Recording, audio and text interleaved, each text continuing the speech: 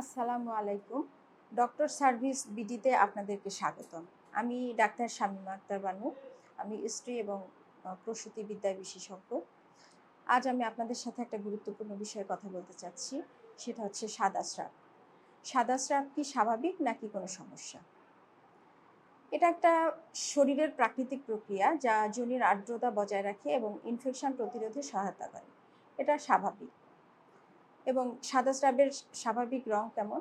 এটা দুধের মতো সাদা অথবা কিছুটা হলুদ রঙের হতে পারে। এই সাদা স্রাব কিছু কিছু সময়ে স্বাভাবিকভাবেই বেড়ে যায়, যেমন মাসিকের আগে বা পরে, প্রেগন্যান্সির সময়ে এবং ডিম ফোটার সময়েও এটা স্বাভাবিকভাবেই বেড়ে যেতে পারে। এবং কিছু কিছু এটা কেন হয়? এটা হরমোনের অসাম্যতার কারণে হতে পারে।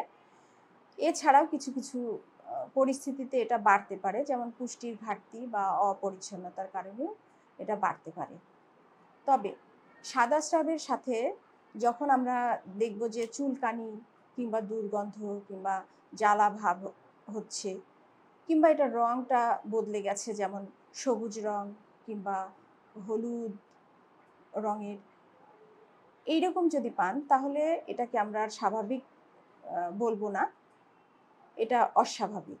এইসব ক্ষেত্রে অবশ্যই ডাক্তারের পরামর্শ নিতে হবে, কারণ এই সাদা স্রাব থেকে ভবিষ্যতে আরও কিছু জটিলতা সৃষ্টি হতে পারে, যেমন পেলভিক ইনফ্লামেটরি ডিজিজ অথবা ইনফার্টিলিটি বা যাকে বলি আমরা বন্ধ্যাত্ব।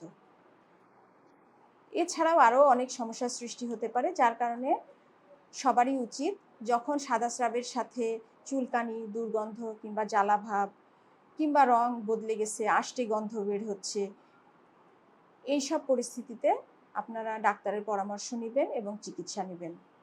আজকের প্রোগ্রামে যতটুকু বললাম এই পর্যন্তই। এরপরে অন্য কোনো প্রোগ্রামে অন্য কোনো বিষয় নিয়ে আপনাদের সাথে কথা হবে। ততদিন পর্যন্ত সবাই ভালো থাকবেন, সুস্থ থাকবেন। আসসালামু আলাইকুম।